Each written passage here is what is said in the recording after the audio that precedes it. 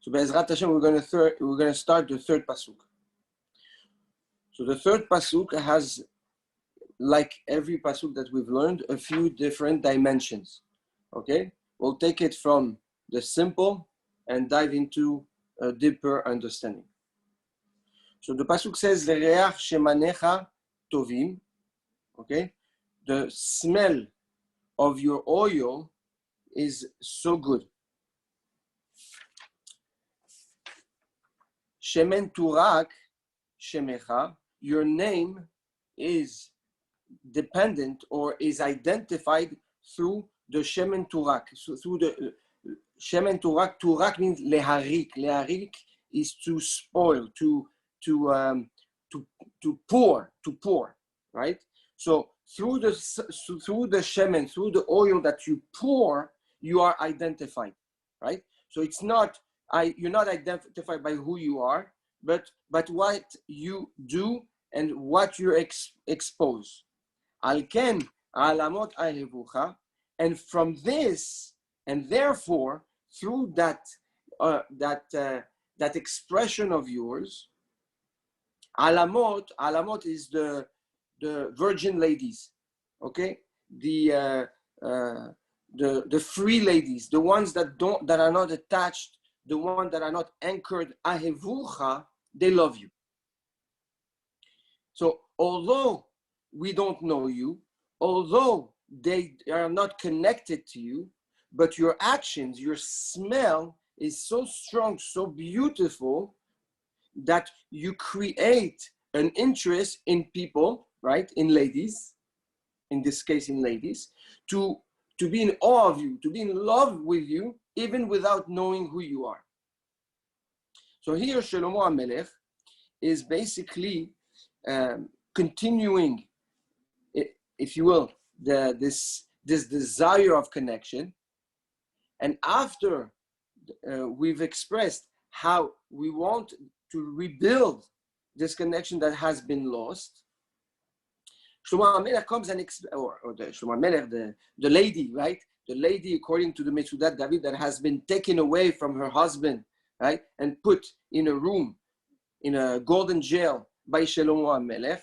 She's screaming and she says, "Listen, let me tell you who you are to me, and who, why I'm so in love and why I need so much this connection is because I know you, but the people that don't even know you, you're so good and your actions are so pure that they're in love with you. The ones that are, you understand? That's the, if you will, the overall message. If we take it and we dive a little bit into it, according to the Pshat, okay, here Knesset Israel, Am Israel is saying to HaKadosh Baruch Hu, look, I need this relationship. What we have experienced in Matan Torah, this Gilui Panim, this Me'or Panim, this connection of being with you face to face that we have lost throughout time, we need it back. Even the Alamot, even the Goyim, okay, when they use their shemen, when their smell, when they're able to smell your smell, meaning when they're able to use their intellect and their senses to understand the emet and to understand who you are, they're in love with you. They connect to you. So imagine me that was once with you, Knesset Israel says, how much pain I have and how much love I want to be able to share with you. So again, here there's something very interesting. On one end, there is an aspect of rebuilding through a historical connection, a new connection, but there is also a point of reference, an origin that we need to take into account and take advantage of in order to stimulate our desire to connect to Hashem. And what is it? The Goyim, what we call the Kiddush Hashem of the Goyim. You see a Goy, you see how a Goy says, incredible this Torah, or what a beautiful behavior you guys have, you Jews, you do. When the Goy or when the Am Haaretz is in awe. Sometimes you have people that are completely disconnected to the Avodat Hashem, right? They're out of it.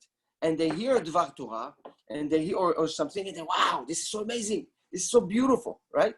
So in a certain extent, a person that is connected to Hashem has to be able to take koach from this and realize that there is something missing in his own relationship that he needs to fill in, just because of the awe and the desire people that are completely unassociated or unaffiliated feel when they're exposed to Torah. So there is a very, very interesting psychological dynamic here that helps us keep growing closer to HaKadosh Baruch Hu. We tend to think and focus or believe that the only way to get close to HaKadosh Baruch Hu is by zooming in and focusing only on our interaction with Hashem. Here, Shlomo HaMelech is revealing to us that sometimes you need koach, you need stimulation from outside sources, from the alamot, from those people that are completely unaffiliated, that they don't know HaKadosh Baruch Hu, but they just smell. The smell, okay, is something that you can pick up from very far, and yet you have no idea, what is emanating and sending that smell. But it's so good, you want to connect to the source of that smell. This is the reaction of the alamot. So when you see that Shlomo HaMelech, take chizuk. This is why also there is a very big uplifting when you're able to do mekarev, to be mekarev someone. Right? And by the way, one of the greatest mitzvah and the biggest pleasure HaKadosh Baruch Hu gets is when a person has the ability to do kiruv and take care of his children. When you're able to go and bring someone that is completely unaffiliated and give him that ability to taste, to smell, forget about taste even. I don't want to use the taste, to smell the beauty of the Ma'asim Tovim of HaKadosh Baruch Hu. This is an unbelievable achievement in the eyes of Hashem. And comes Shlomo HaMelech and tells us, as great as it is for the alamot, as great as it is for the unaffiliated, it's a tremendous chizuk for the person that is doing the kiruv himself. He's getting much more because the alamot is getting the high, the smell. But the person doing the chizuk that has the relationship only craves a stronger relationship, not even more. And he knows where he's heading, right? He has this identity in front of him. So every one of us, if we have the ability to tap in to the Matan Torah that each and every one experienced, like Kullechem Omdim Hayom, right? We were all in front of Matan Torah, and we all witnessed Matan Torah. Each one has to go and find it in his own essence, but we all experienced it. So once we have this ability to understand the Torah within ourselves, the Matan Torah within ourselves, understand it, crystallize it, visualize it, feel it, it is now a direction we can take to grow our love for HaKadosh Baruch Hu through the Torah, and by getting chizuk, by getting strength from the high of people, unaffiliated or goyim, that they get when they're exposed to the emet, basically. So that's it. Sorry, that is a deeper layer of understanding. Then we have the Malbim. Before the Gaon Mivid, now we have the Malbim. And the Malbim says the following. He says, "L'reach shemanecha tovim." Now, the body. We explained that according to the Malbim, right? There's a back and forth between the neshama and the body, right? And how the nefesh that is stuck inside the body craves this relationship with HaKadosh Baruch Hu. So, according to the Malbim says the following, I'm explaining why I want this neshika, why I need this neshika. And he says the following. He says the reach, the smell that we're talking about, comes from the shemen, right? From shemanecha. The shemen, okay, in the Zohar HaKadosh, in Parashat Tzav, is referred as the abundance of light and the clarity a person can acquire when HaKadosh Baruch Hu basically is connected or shines or shares his face with the person. L'reach shemanecha tovim, the shemen, that this abundance of light, this abundance of wisdom that you shower upon us, right? Only its reach, the smell of the shemen. Forget about the shemen itself, which is amazing, which is the actual connection. But its smell of it already makes things tov. Make things, what does it mean tov? Vayar Hashem ki tov. When something is complete, when something is organized, when something is at its right place, at its right time, it becomes tov. We see that from the creation of Maaseh Bereshit. Every time HaKadosh Baruch Hu finished a day, Vayar Hashem ki tov. Vayar Hashem ki tov. So, l'reach shemanecha tovim, the smell, the influence of the shefa, of the abundance of light, of connection that you share with me, its influence, its smell already creates tov, gives me the ability to put things back in perspective and organize my life and my actions accordingly. Another element that the Malbim brings here is that it's not enough just to have wisdom. It's not enough just to have senses. But the importance of it is its implication in our life. You can have a tremendous connection and feel like you're on a high, and a lot of people, you talk to them and they say, me, Hashem, I feel Hashem. Okay? But when you align the actions to their feeling or to their emotional or imagination experience, it's two different things. Here, Shlomo HaMelech tells us that if you are you're really connected to HaKadosh Baruch Hu, and you have this sense that benefits from the light of HaKadosh Baruch Hu, the reach of it, the smell of it, is enough to help you do the right things at the right time with the right people. So this is how you crystallize the shemen that comes from HaKadosh Baruch Hu. Through the actions, through the tov in your life. The more you do tov, the more, and that's from the smell. That's not from the actual shemen itself, right? That's from the smell of the oil. And it's anointing oil, yeah? So, when you're able to act according and be tov with your actions, what you're doing is you're basically benefiting from the smell of the oil, and by benefiting from the smell of the oil and showing that your actions are aligned and influenced by the smell, so the oil comes down.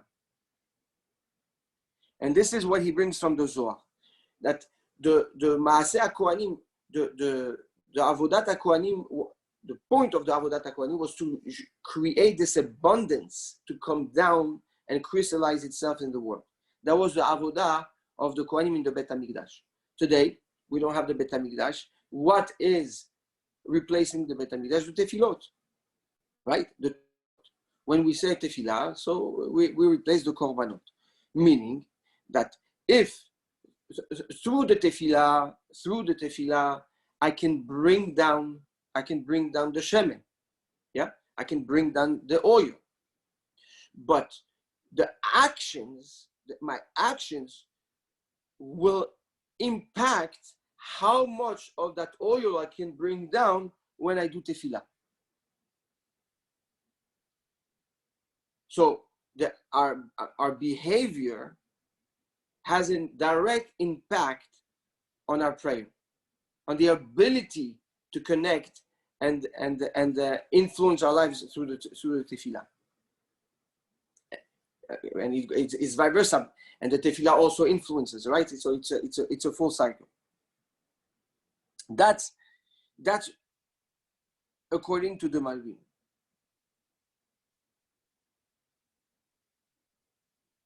And says the Malbim, Al ken alamot ahevucha. The Malbim explain. He says something beautiful. He says, Al ken alamot. Alamot is the senses and the instinct, right? According to the Malbim, it's an interaction again between the body and the soul, between the nefesh and Hakadosh Baruch Hu, right? The soul being a part of Hakadosh Baruch Hu. We said Al ken alamot. Alamot. Who are those virgins? Who are the unaffiliated ones? Who are they? It's the instinct and the desires of the body. Okay, including the intellect, the physical intellect of the brain. The Rambam explains that the brain is broken into three parts. We have sechel ma'asi. We have the practical layer of the intellect, okay, which basically is used, for example, by a craftsman, okay, to take wood, cut it, put it together, and make a chair out of it. That's the practical intellect. Then we have sechel mahashavi, the thoughtful, the philosophical intellect, okay, or the thoughtful intellect. That's the intellect an architect will use, for example, or a musician, or it's someone that can visualize something before it's even created. And then we have the sechel ha'ayuni, we have the analytical layer of the intellect, which according to the Rambam is called the da'at, and that's where the neshama connects to. Three layers, okay? Practical intellect,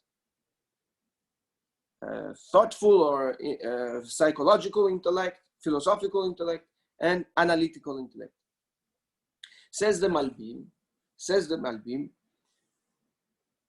when all the kohot of a person, his instincts, his emotions, and the layers of intellect that are physical, okay, when they're exposed to the chesed, to your kindness, right? They start loving you. It's a reaction, right? When somebody does good to you, you like him. When somebody does bad things, you don't like him. Says Shlomo HaMelech, you know why I need your reach, I need your shemen. You know why I want the neshikot? Very big lesson. Because we're not supposed to love you because you do good. We're supposed to love you because you are good.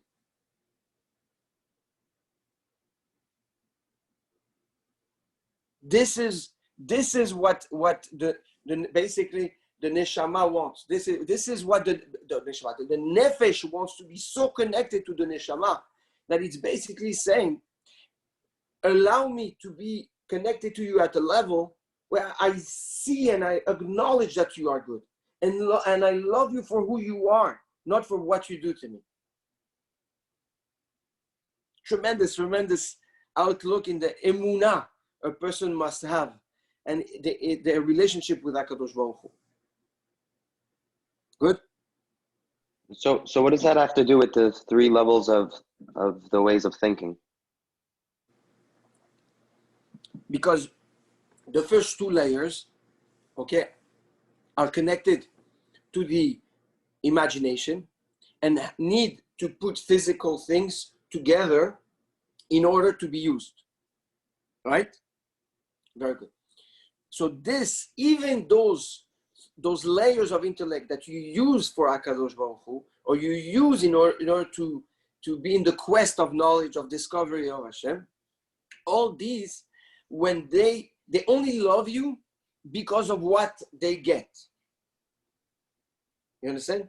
So says Shlomo HaMelech, or the Nefesh, says, well, I want to be able to get to a level of interaction, which is the highest level, which is the Sechel HaIyuni, according to the Rambam, so that I understand how good you are, and now all the kochot that are under it, the emotion, the instinct, the imagination, those layers of intellect, all of them, instead of loving you out of a reaction, they love you because they understand you.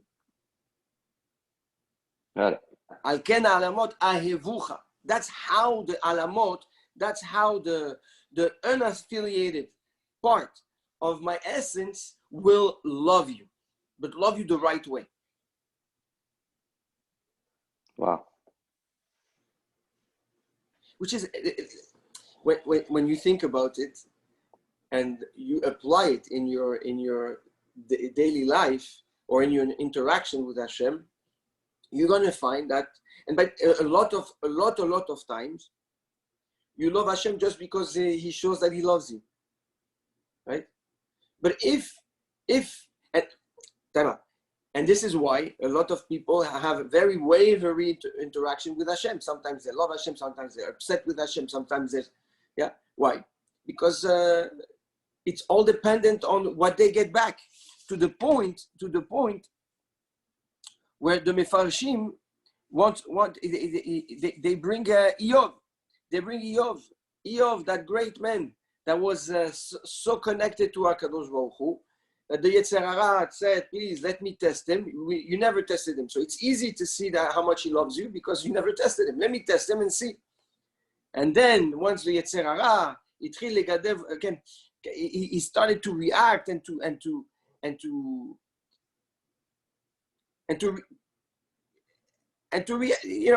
question the love he had for HaKadosh Baruch Hu.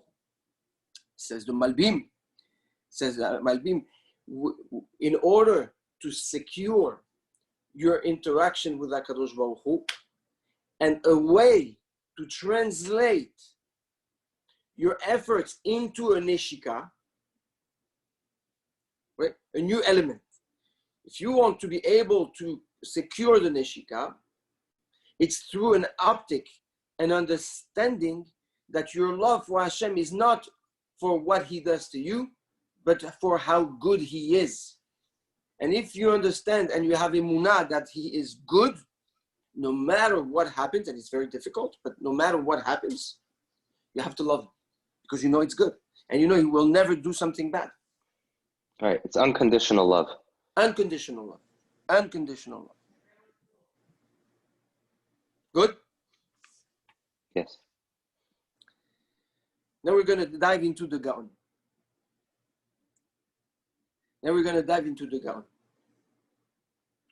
The Gaon is a little bit more intricate, but he says something also spectacular. He says, we find, okay, so the Gaon breaks down this pasuk into three.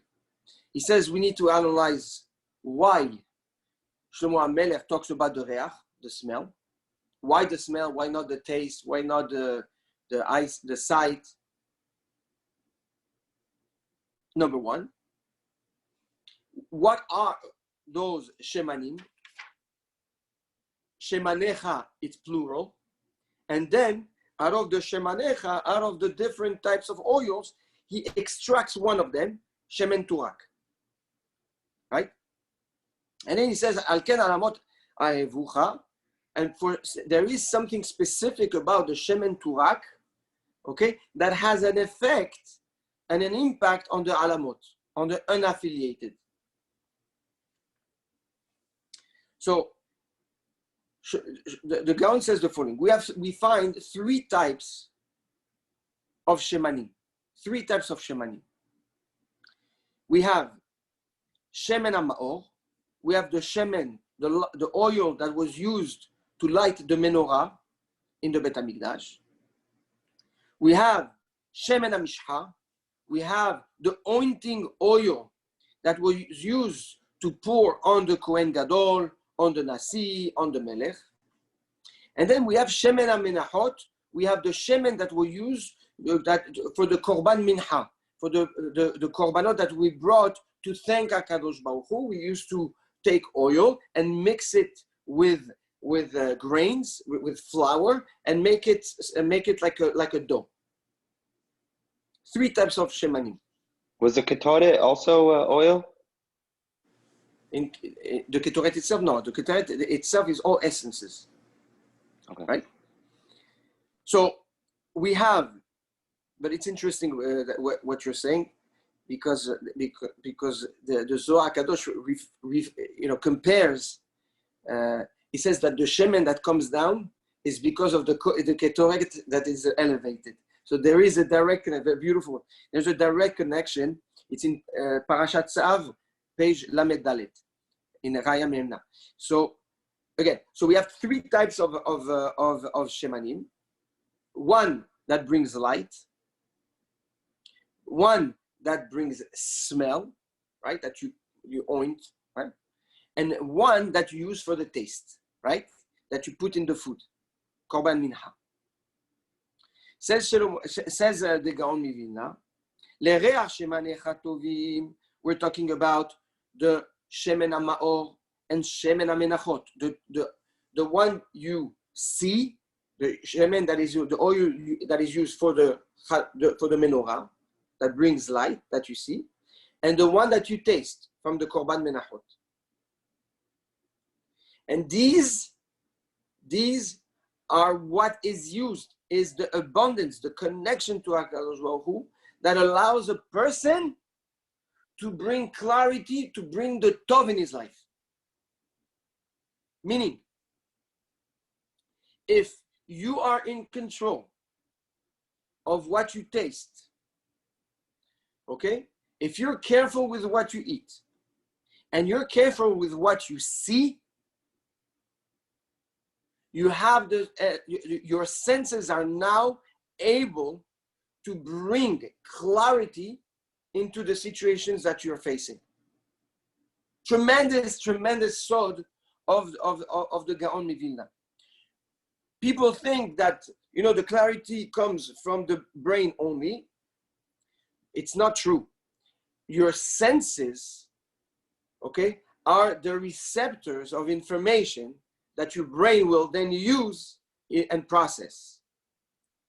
So when your taste and when your eyes are impure or are stained, or the information that you get will have directly or indirectly a negative influence in your thought process. Rav, I remember hearing once that if you eat taref or you don't follow kashrut so well, it's hard to retain the Gemara. Yes, I think we spoke about it. Oh yes, we spoke about it also. Yes, it's Rabbi Akiva Iger. Rabbi Akiva Iger, yes. In one of his responsa, there's somebody that came to talk to him and told him how he's been learning so much Torah and he cannot remember. So he asked him, have you ever ate taref in your life? He said, never. He said, think. And he said, you know what? I remember when I was a little kid, the neighbor gave me a candy that was taref. He said, that's why you cannot remember the Torah. Okay? That's the Rabbi Akiva Iger. Chachamim say, before you focus on what comes out of your mouth, focus on what goes inside your mouth. Right? But here, there is something very, very amazing. It's mind-boggling because you would think it's, that what controls the clarity of your brain is maybe what you hear. No. Something that's so specific. The taste. Okay? The taste. And what you see together has an impact on your ability to bring tov in your life. Good? And then Shlomo HaMelech takes out the third element of Shemen, which is Shemen Turak.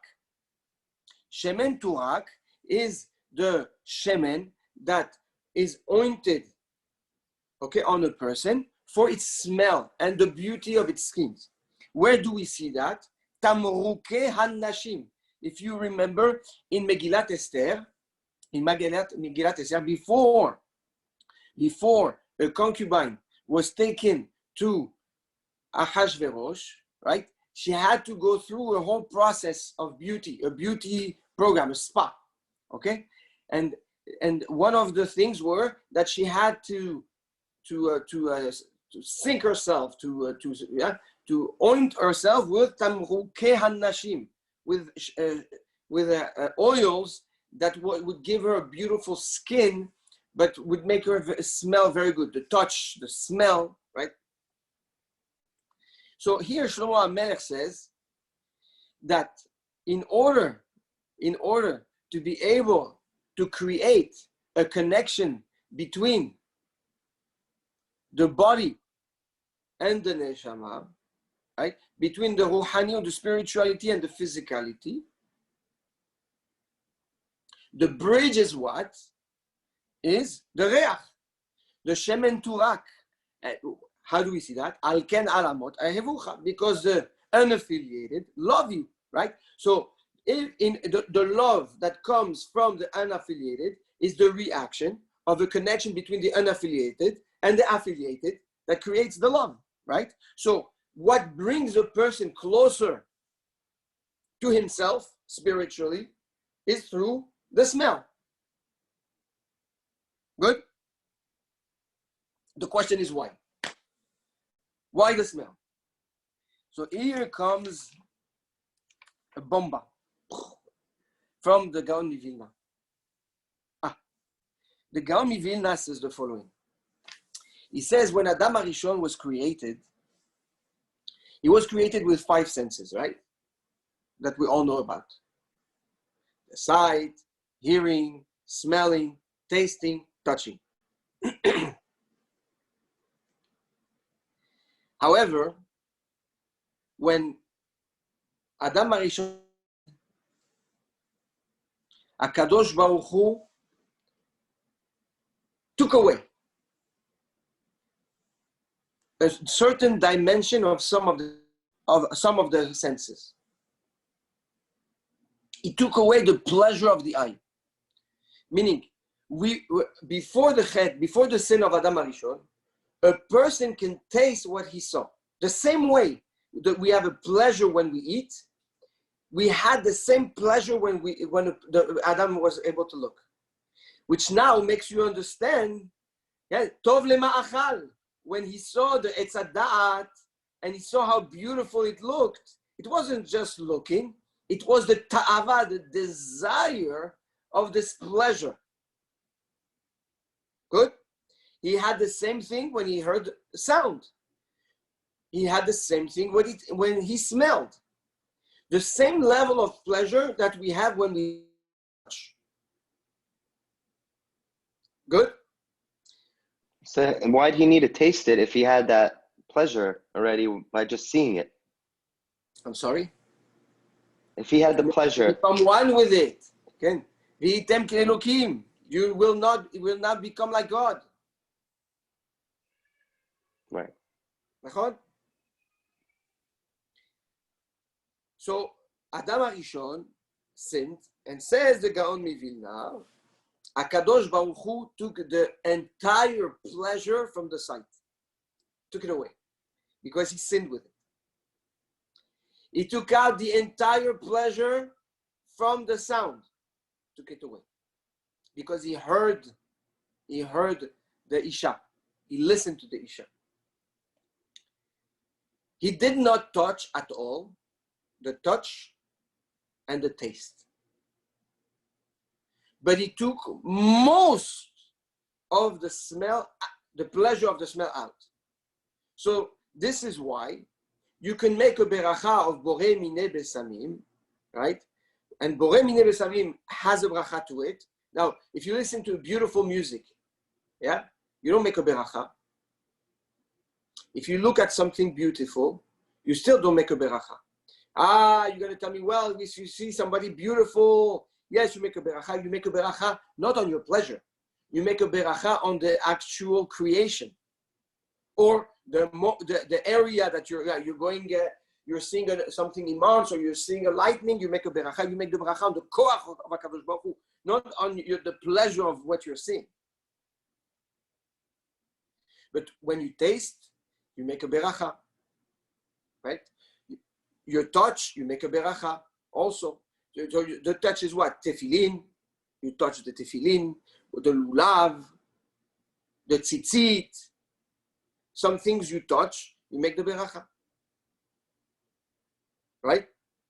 So here the Gaon Mivilna tells us,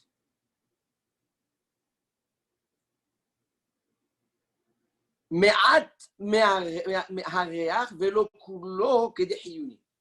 HaKadosh Baruch Hu left enough of the pleasure of the smell in order to survive. To survive what? He says in order to have the ability to survive spiritually and be able, through the smell, when you have a nice smell, it elevates you, right?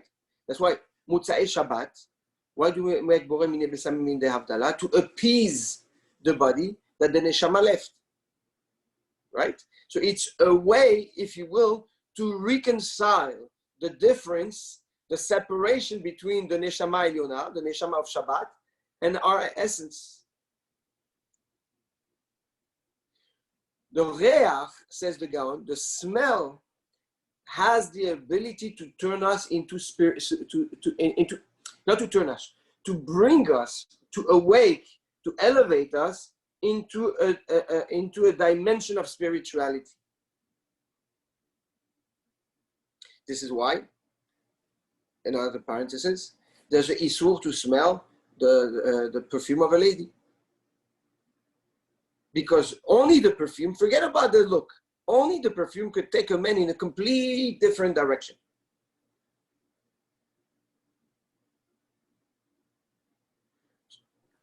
Says Shlomo HaMelech, according to the Gaon, man is broken into two, Eretz v'Shamayim. And what we're trying to do is reconcile the two. The reconciliation can only happen through the avodah of two things. The first avodah is the implementation of the power of the sight and of the taste to be able to do the right things and have the proper outlook in life. Number one, lereach shemanecha tovim. Step one. Step two, shemen turak shemecha. You know how I can name you. You know how I can point you with a name, meaning I can identify who you are. I can find a direction of growth spiritually is through the refining and the purity of the smell. It's finding a way to elevate ourselves through the smell. Al ken alamot, the result is that all the unaffiliation, ahevucha, is elevated. There is a rekindling, a reconnection between us and our spirituality and our neshama. It's interesting to implement it on a day-to-day, but it's a very clear process according to the Gaon Mivilna.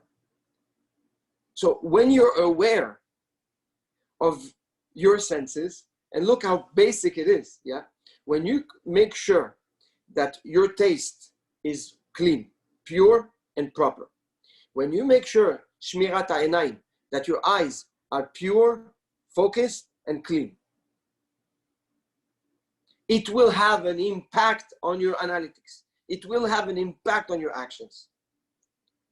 The smell, every time you will have a smell, okay? whether it's a smell it's a way to use the smell to elevate. Sometimes we need menuha. Again, just like the Borei Minei Besamim of Avdallah. You take a smell, it opens the gates of Ruhaniyut to be able to connect. So it is important to know when to use the smell and how to use the smell.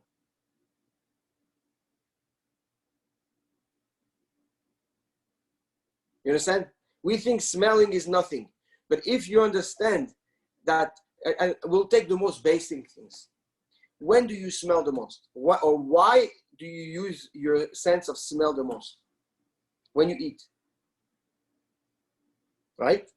This is what you usually smell the most. Now, if you react to the smell of food, so you're an animal. Okay? You're not hungry, you smell the food, it smells good, you react, you eat. It's an animalistic reaction.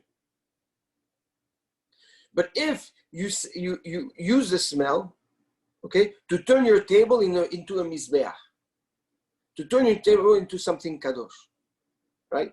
And you consciously use the smell to connect to HaKadosh Baruch Hu when you eat something. Now you're not eating. It's like a korban that you bring to HaKadosh Baruch Hu. You're turning the food into spirituality. The same thing happens at times of intimacy. If you're able to control and protect the smell, okay, only for the pleasure of your wife, in English, that's the smell you care for, then at the time of intimacy, the smell can elevate the couple on a spiritual level. And this is how you impact and you influence your Yetzer Hara, says the Gaon Mivilna. So it's the awareness and the control of those three senses and implementation of those senses in the right way. Rav, I'm not sure if this holds any weight or whatever, but I remember hearing when I was younger that you shouldn't listen to music while you eat because you shouldn't have two pleasures at once. Is there anything to that? There is Rabbi Yochanan Asandela. He says, Sha'at ha'achila ke'sha'at ha'milchama. That the time you eat is like the time you're at war. Okay? And when you're distracted, yes, when you have two pleasures at the same time, you get distracted and it's a sakana. It puts yourself in danger. Interesting. Yeah, but that's really if you enjoy the music, not just if you have like a background music while you're eating. Yeah. Right. So, cool. So again, here Shlomo HaMelech says, according to the Gaon, I have to run to the minyan, but I'll catch up. We're finished. Yeah, all right. We're finished. Basically tells us that we have the control of our Yetzer Hara in our hands just by controlling these three things.